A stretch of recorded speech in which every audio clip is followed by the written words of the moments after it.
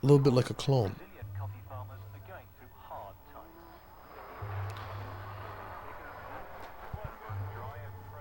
What people have to understand is that there's a war going on, not in Iraq, not in Afghanistan,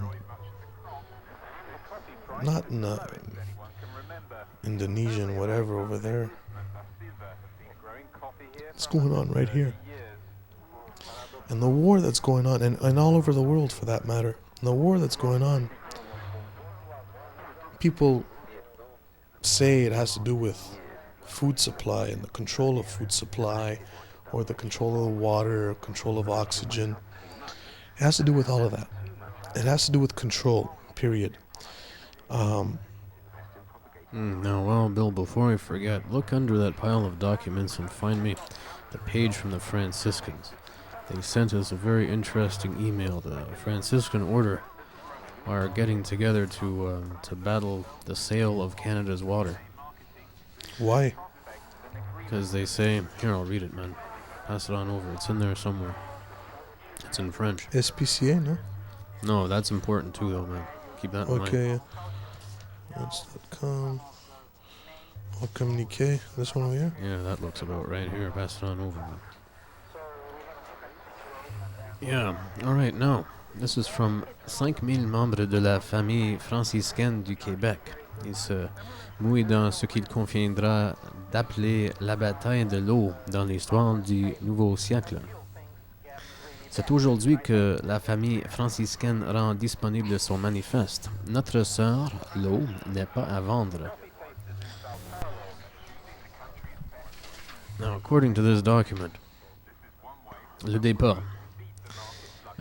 Qu'est-ce qui est en jeu, I should say. L'eau apparaît de plus en plus comme objet de commerce et de profit. Depuis quelques années, monte la possibilité de privatiser le service de l'eau et l'eau elle-même. La commercialisation des immenses réservoirs d'eau, tant en surface que dans le sous-sol, provoque le vertige. Nous croyons que les seuls intérêts économiques ne devraient pas dicter la marche à suivre. Nous affirmons avec force le droit pour tous d'avoir accès à une eau potable de qualité et à une quantité d'eau douce suffisante pour satisfaire les besoins essentiels de la vie humaine. Nous affirmons également l'importance d'une gestion responsable de l'eau en ce qui a trait au partage et à la conservation de cette ressource vitale en quantité limitée sur la planète. Il s'agit pour nous de questions de justice, de paix et de sauvegarde de la création. Nous nous indignons devant le fait que notre sœur, l'eau, soit considérée comme une marchandise. Notre sœur n'est pas à vendre. Our sister is not for sale. This is from the Franciscans. Si, il y a du monde qui aimerait contacter le franciscain to ask him all about water and how it shouldn't be sold to the Americans. You can get in hold of these fellows. Daniel Julian, FMIC. Téléphone 514-222-5700. Well, They'll probably fill you in on it. It was very nice of him to send this fax. Merci beaucoup. I don't know how you're going to take this, Chris, but I have no problem with selling water. Oh, yeah. To whom? And how much? Depends what kind of water you're selling. Okay. What do you mean? You can sell distilled water. They could put the minerals in afterwards. That's what we're going to be drinking soon anyways. Like that new Coca-Cola We already do. stuff. The thing is that most water bottles, if you look, are not all spring water. They might look like spring water, taste like spring water, but they are all distilled water with elements added later. Like ionized water is really distilled water with shit added later. But whatever, the water thing, yeah, but everything's going to be sold eventually, man. It's the economy. Everything's got to be sold. Everything. Everything. If you can't sell it, what's the use of having it around? If you can't buy it, how else will you be able to obtain something?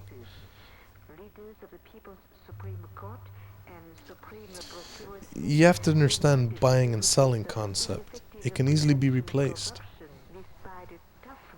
by a favor catalog.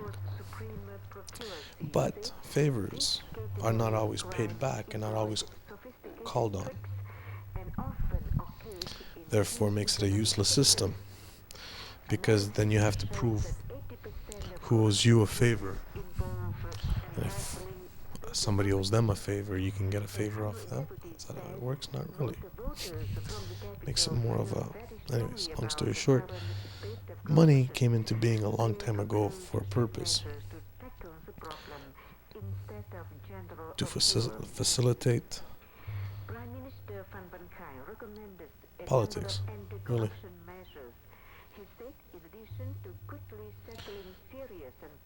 And to end wars.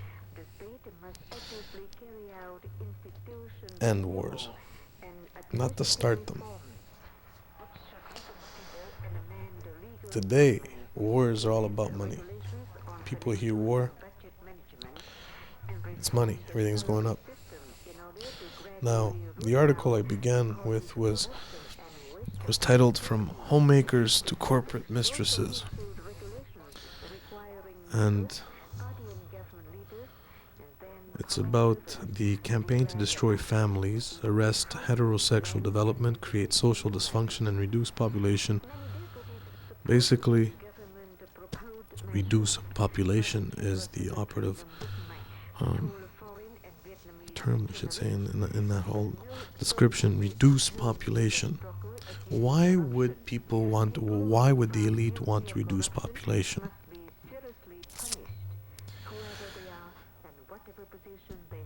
Any ideas? Anyone? Well, it's very simple. Easier to control. At the same time, they don't have to worry about feeding. Because right now what happens is, if the population of the earth is not fed, people will go berserk. They will kill for food. And it's up to the elite.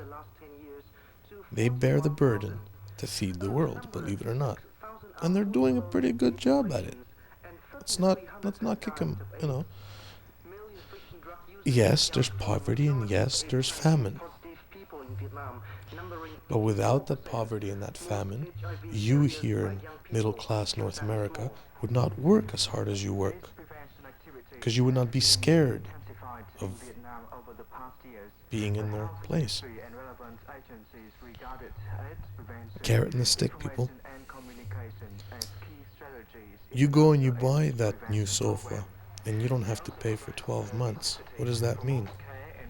It means that reality only hits you a year later. That's all. All it means is that you're not going on vacation next year.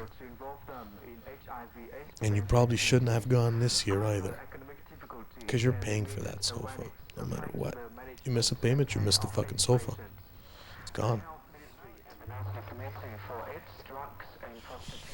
This article goes on. In 40 short years, the marriage rate is down by 1/3, the divorce rate has doubled, the birth rate is 1/2, and single-parent families per capita have tripled. Most people are too preoccupied coping to recognize or resist globalist manipulation. In 1952, the Rockefellers annually controlled $250 million of media advertising. Their newspapers and networks hyped Helen Gurley Brown's 1962 book, Sex and the Single Girl, and the movie by the same name. Millions of single women were told to seek personal fulfillment in career instead of family. At the same time, the Rockefellers were funding and lobbying for population control and eugenics. As editor of Cosmopolitan from 1965 to 97, Brown was a role model and teacher, quote unquote, for career women in America and around the world, 36 foreign editions. She married at the age of 37 and remained childless.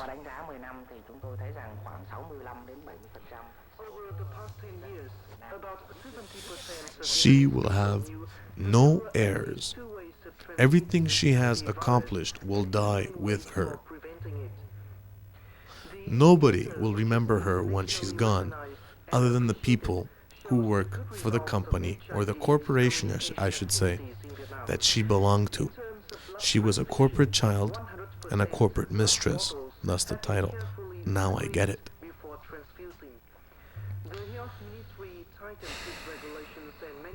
It's sad, but true.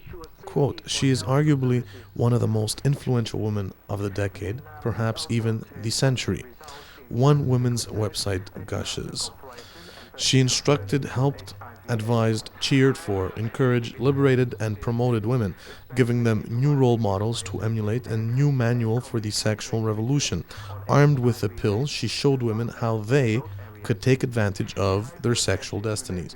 The pill, which was probably developed and funded by Rockefeller, along with communist activist Betty Friedan and CIA agent Gloria Steinem, Brown belongs to the triumvirate of modern feminist pioneers. Okay. Brown didn't accuse the wife of being a whore. This is what housewives are not. Brown respects whores. It's not me, folks. This is in the article. Yeah, for a change. In her latest book, I'm Wild Again, that was published in 2000, she tells us right away that in 1941, at age 19, she joined an escort service and made out with a 50-year-old man for $5. She was a cheap hoe. Why wasn't I revolted? Okay, that's another quote. Why wasn't I revolted? I was a little, but not utterly. I think even then I was a practicing realist. I tried to do whatever you needed to do to survive, she says. Well, for one, I don't believe she only kissed the man for $5, but that's a different story. She probably kissed his dick and sucked it afterwards. She wasn't prepared to become a prostitute, not exactly. So she became a madam. She got a secretarial job on the understanding that she would sleep with her married boss and he would take care of her in return. Whoa, no, she did this. This arrangement lasted for a few years. She describes the routine. Quote, after cocktail hour that is, we did go to my flat to make love. The love making, this was two people copulating. He seemed to have a good time. Moi learned to fake often and well. Unquote. Brown's excuse is that she was helping a mother and invalid sister back in Arkansas. Okay. Prostitutes generally don't come from wealth. She laments she never really got the promised financial payoff for being a mistress. I needed somebody to tell me how to treat a man in this situation, how to flatter and cuddle and coo. I should have done it better, she says. Helen Gurley Brown became that. Somebody to tell me how to treat a man in this situation. Okay. She taught women how to be mistresses, corporate and otherwise. Instead of wives and mothers, she helped to transform the female mentality from one of devotion and love to one of calculating predator. Here is how she got her husband to marry her. Quote, you get the hook in.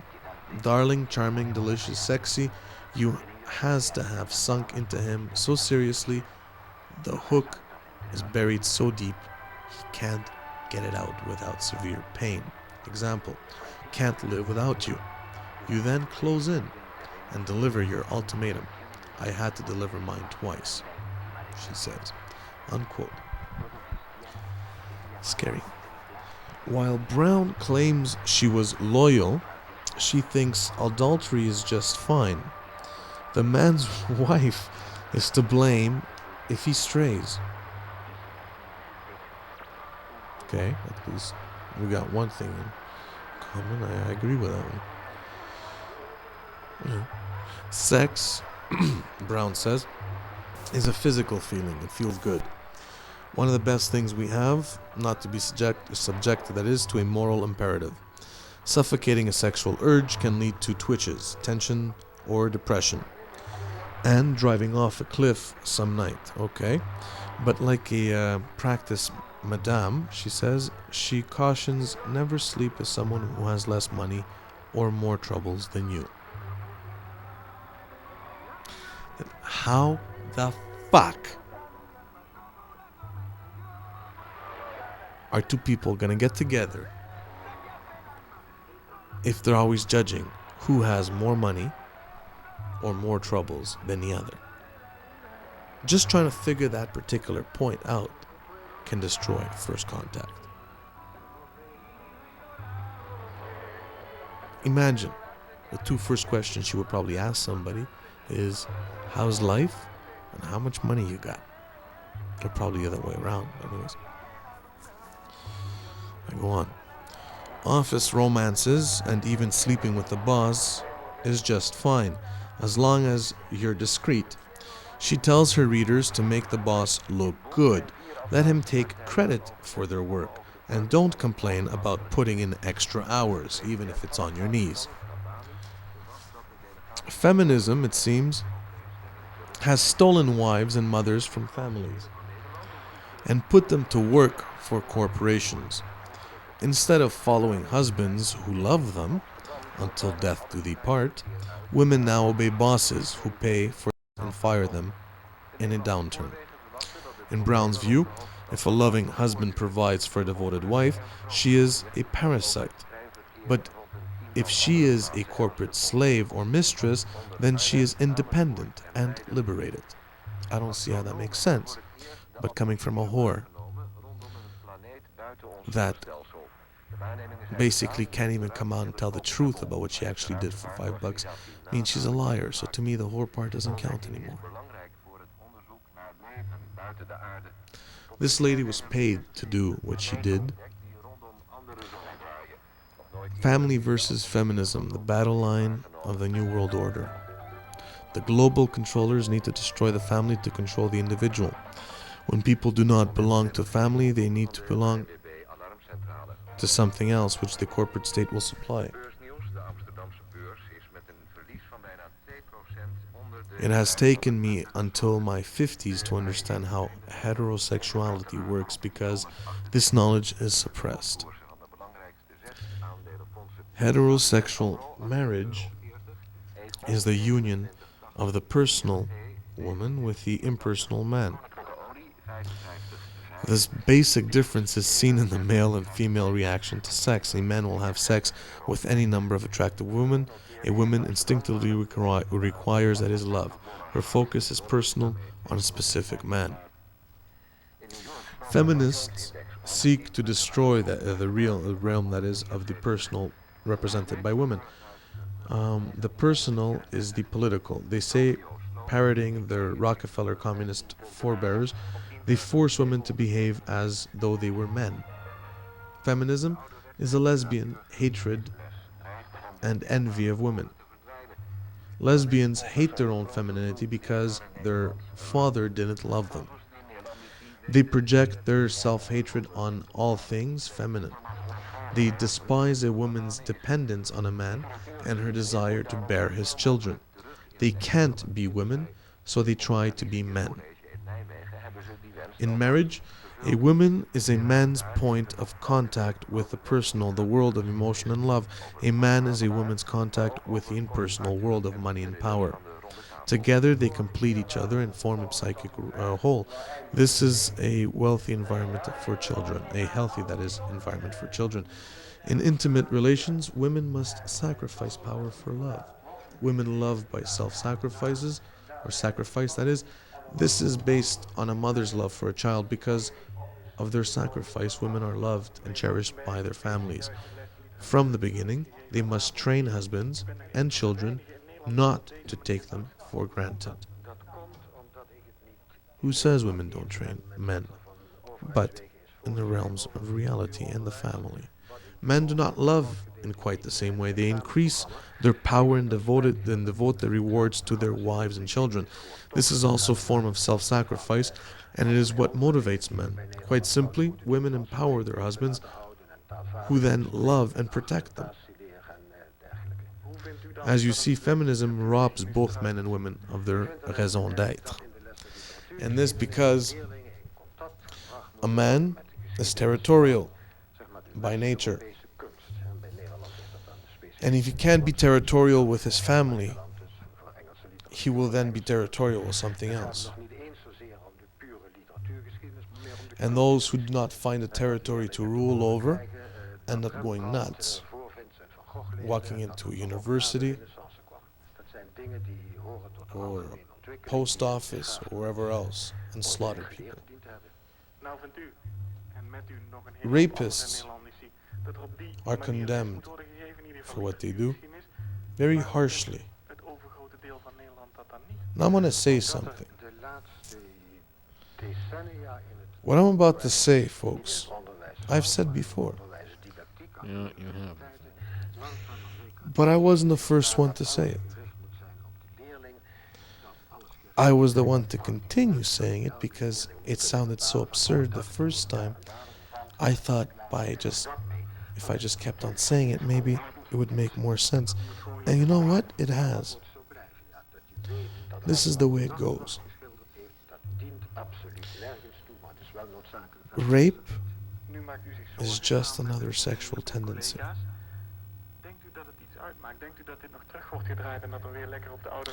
And so far is an unexploited market. Now, the unexploited market part is mine. But as far as rape being a sexual tendency, and I'm not the first one to say this. Actually,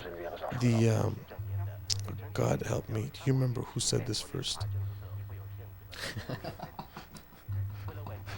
Let's see now. Actually, I think it was Dateline. Yes, thank you very much. Dateline NBC. God, yes. That was a blank.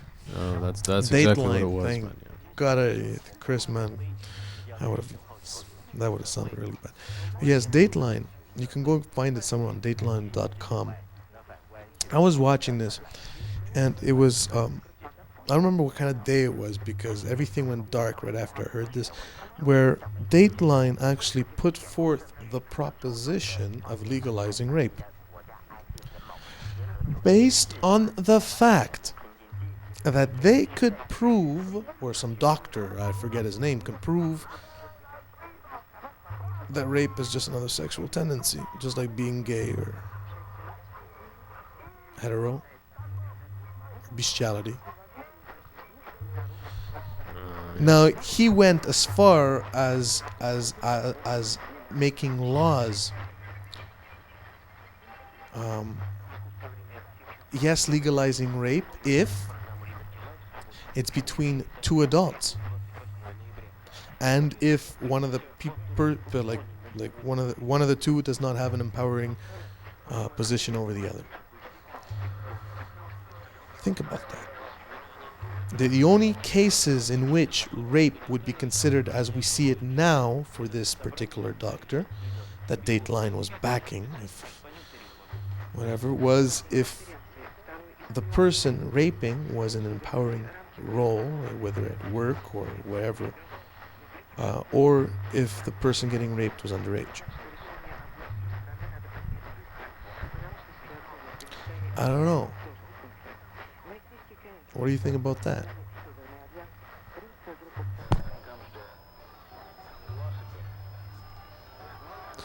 Well, Bill, we'll pick up where we left off shortly after this music. Mesdames et messieurs, vous êtes toujours à l'écoute de VALIS, A Speck of Dust, à CIBL, de 101,5 FM, la radio libre à Montréal. Et après la pause musicale, we're going to get back into this guy probably. What's his name again there? Wow, Bill, it's right in front of you.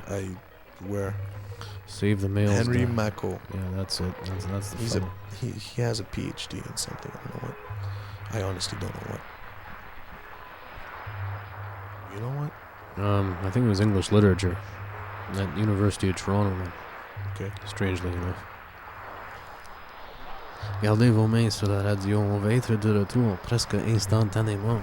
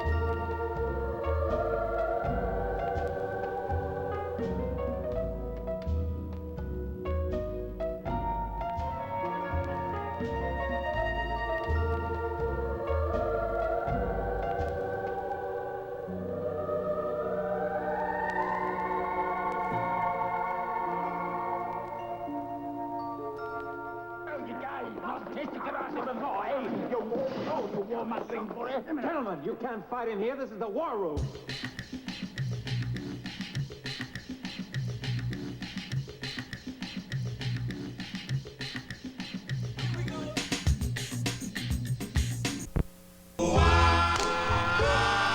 Smokey Joe's Cafe. Oh, Smokey Joe's Cafe. One day while I was eating beans at Smokey Joe's Cafe, just sitting digging all the scenes at Smokey Joe's Cafe, a chick came walking through the door that I had never seen before. At least I never saw her down at Smokey Joe's Cafe. Ooh, and I started shaking when she sat right down next to me. Ooh, her knees were almost touching mine at Smokey Joe's Cafe.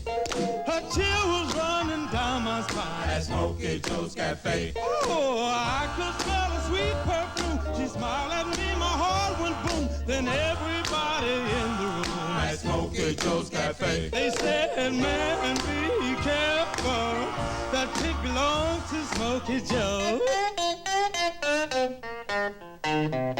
So from behind the counter, I saw a man, a chef hat on his head and a knife in his hand.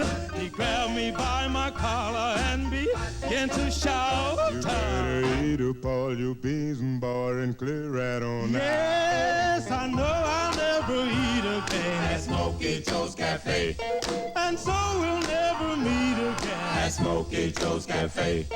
I'd rather eat my chili beans at Jim's or Jack's or John's or Jeans than take my chances eating out at Smokey Joe's Cafe. Ooh, I risk my life when that Smokey Joe's a crazy fool.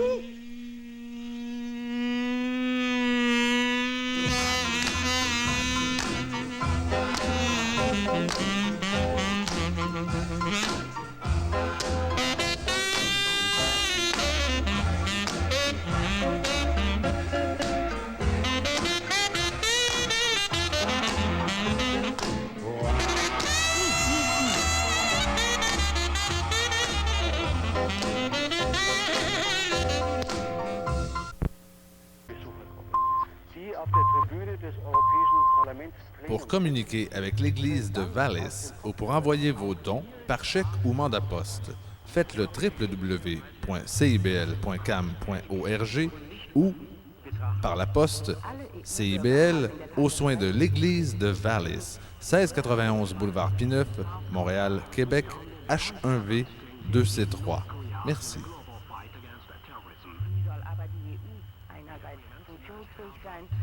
Bon matin, mesdames et messieurs. Vous êtes toujours à l'écoute de VALIS, Speck of Dust à CIBL, le 101,5 FM, la radio libre à Montréal. Mon nom est El Topo. Wild Bill est là avec nous ce matin. We also have the foreign film crew. They've been passing by quite often recently, and I'd just like to thank them, especially Dennis here, who is manipulating the camera in my direction at the moment, it seems. Now, before Wild Bill and I get on, I'd just like to say, well, later on, nous avons un autre épisode de PH7. Ça, c'est vers 5 heures ce matin. C'est épisode numéro 7 et ça s'intitule Les bébés.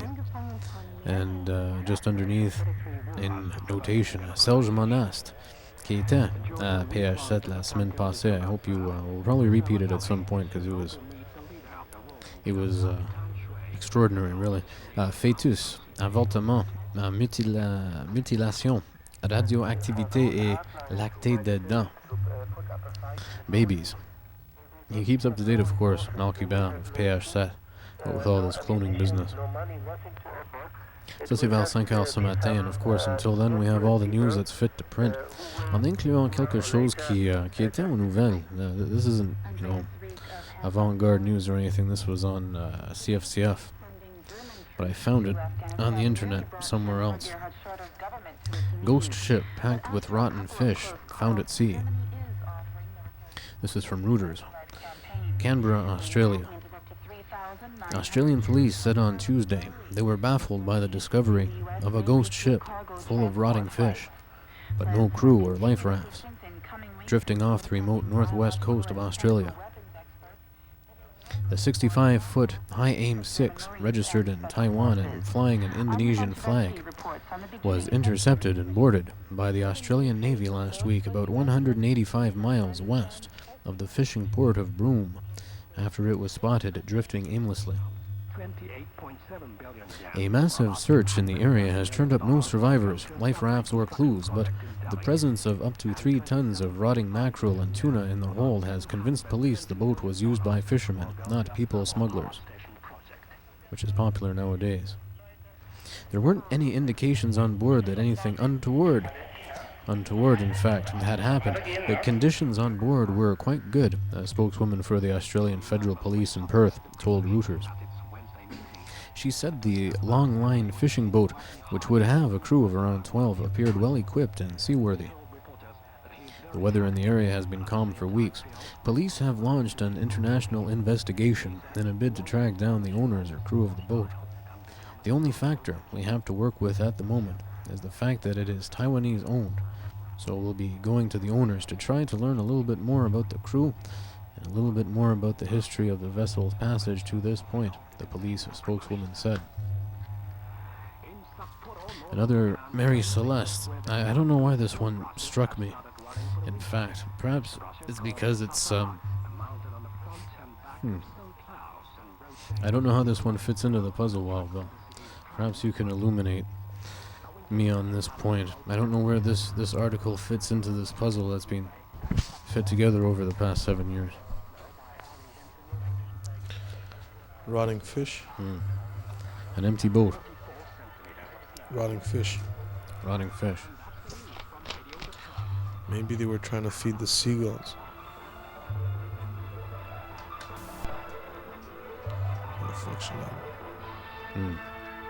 A distinct possibility, well, Bill. Or the crew just decided to split and go to Australia and they just haven't found them yet. Bunch of Taiwanese. I don't know. Hold on. Here. Let's hit a little closer to that region. Rents.com. Another computer gamer plays himself to death. What? Another computer gamer plays himself to death. No, he doesn't play with himself till death. See, I'd be stroking it a bit too much. I think this wrist would get sore way before that. But he plays himself to death. And this, not at home, folks. In public. A Hong Kong computer game enthusiast has been found slumped dead at a terminal in a game center after playing non-stop for hours, police said today. The 28-year-old... Okay, if this was a 16-year-old, 12-year-old, it's a 28-year-old. He was found dead, slumped at his screen early yesterday after he apparently had played the online game Diablo 2 since early Friday evening. Now, this game is not the first time that has caused casualty. A policeman found him in the game center shortly after 1 a.m., 5 hours after he began playing the popular game, according to the reports today. His death at a game center in Hong Kong's Wang Long district came 8 months after a 17-year-old game center employee was found dead after playing Diablo 2 through the night.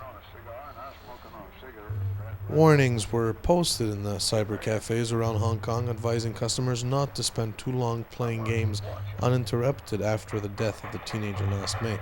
Now, you have to understand, Hong Kong, unlike here in America, has cyber cafes where people can go in and play all kinds of games online and what have you. They're technologically more advanced than we are. And things like this are common to them. Gamers are part of society. I think every youngster, I think everybody under the age of 35 in Asia is a gamer. If not, has another hobby of some sort that's just as weird, if you want, or childish. Playing yourself to death in a cafe. Now, you have to understand, people must have noticed this person playing for 5 hours, or the teenager playing the teenager played overnight when nobody was there. That's fucked up. Teenager, 17-year-old employee of the cafe, a year, or how many months? 8 months earlier, playing the same game, died in a cyber cafe. I don't know if it's the same cyber cafe. What's the game called again there, Bill? Diablo 2. Oh, yeah. So this game I don't kills. have a clue what this game is about.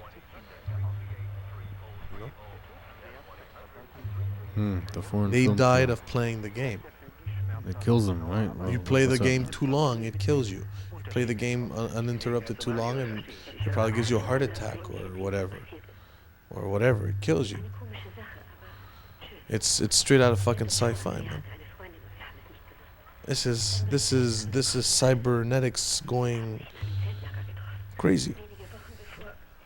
Now, to tie into this story, we have another story from SaveTheMails.ca, Tales of Mind Control and World Tyranny.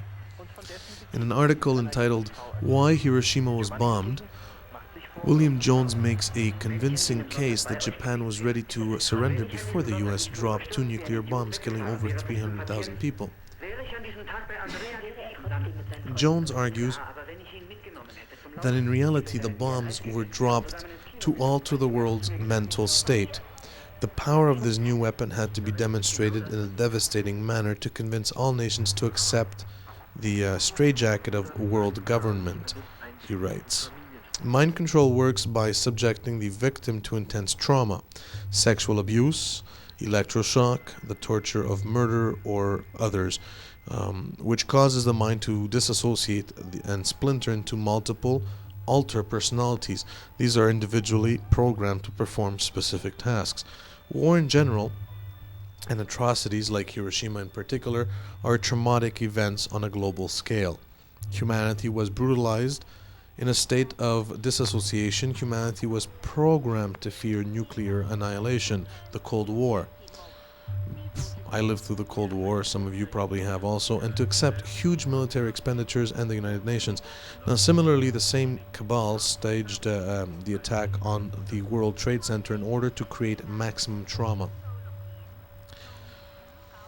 The buildings, symbols of American prosperity, disintegrated in a controlled demolition, creating pictures of panicked New Yorkers fleeing in an avalanche of smoke and debris. These images were played over and over and over and over and over again on television. The graphics for America's new war were ready and waiting. In a state of disassociation and shock, Americans were programmed to believe that Muslim terrorists were responsible for this outrage. Unquestioning, Americans accepted a totalitarian program of security measures which are in fact designed to deal with future domestic resistance to global government. More than anything.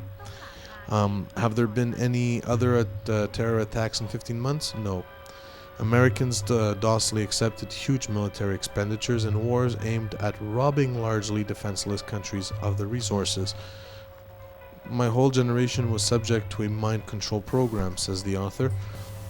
I suspect it was developed by the Tavistock Institute for Human Relations in England and administered through the CIA and Rockefeller Foundations through their control of education and the mass media. Education, yes. The control of education. That is something more parents should